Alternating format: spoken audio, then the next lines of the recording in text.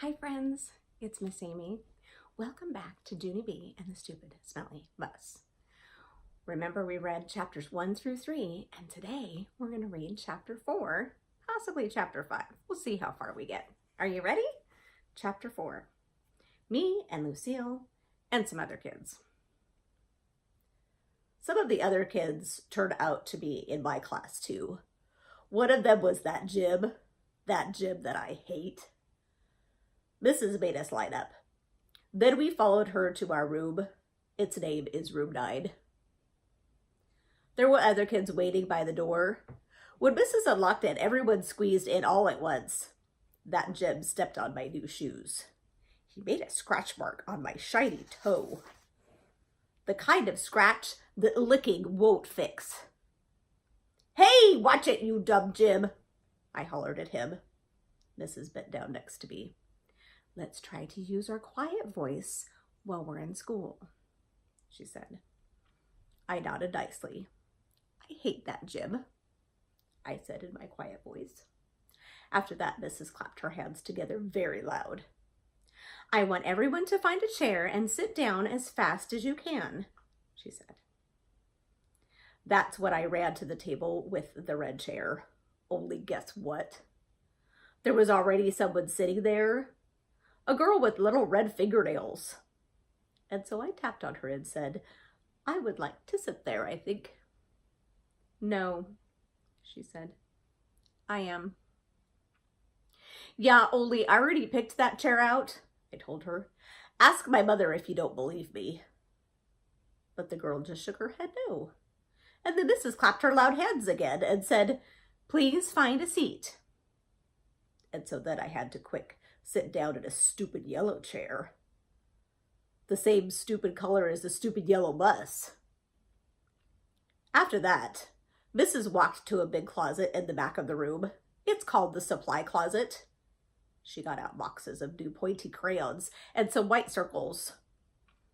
Then she passed them out, and we had to print our names on the circle and pin them to our fronts. It was our first work.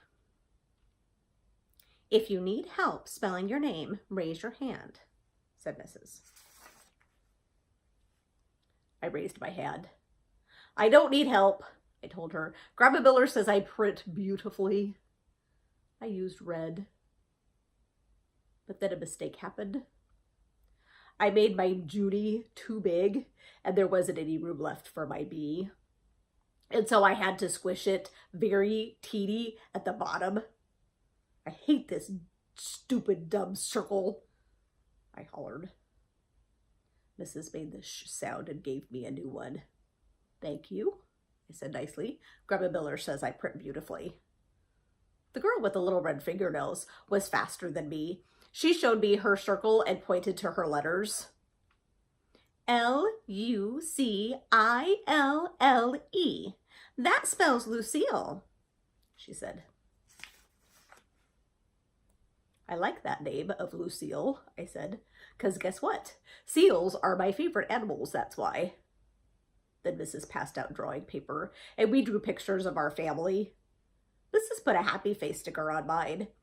It was very good, except I made my father too teeny, and Mother's hair looked like sticks. After that, Mrs. took our class on a walk around the school. Everyone had to find a buddy to walk with. My buddy was Lucille. We held hands. A boy I could beat up was right in front of us. His buddy was that Jim that I hate. The first place we walked to is called the Media Center. My mother calls it a library. It's where the books are. And guess what? Books are my favorite things in the whole world. "Hey, there's jillions of them in here," I hollered, feeling very excited. "I think I love this place." The librarian bent down next to me. She said to use my quiet voice. "Yeah, only guess what? Right now, I just like the kind of books with pictures, but Mother says when I get big, I'm going to like the kind with just words and also stewed tomatoes." The boy I could beat up said, "Shh." I made a fist at him. Then he turned around. After that, we went to the cafeteria. The cafeteria is where kids eat lunch, except not when you're in kindergarten. I said, "It smells yummy in here, just like Paschetti and meatballs." Then that Jim turned around and held his nose. "P.U., I smell you," he said. Lucille laughed very hard, and so I stopped holding her hand. And the next place we went to was the nurse's office. It's very cute at that place. There are 2 little beds where you get to lie down, and 2 little blankets that are the color of plaid. Our nurse doesn't look like a nurse. She doesn't wear white clothes and white shoes. Our nurse is just a regular color. Lucille raised her hand.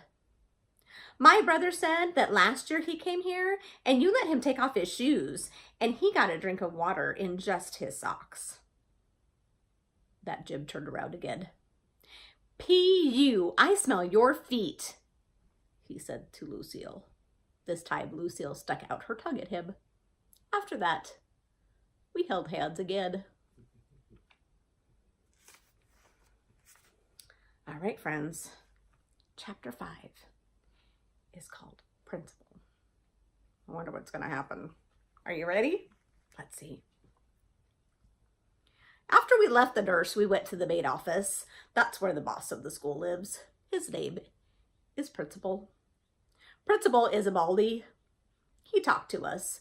Then Lucille raised her hand.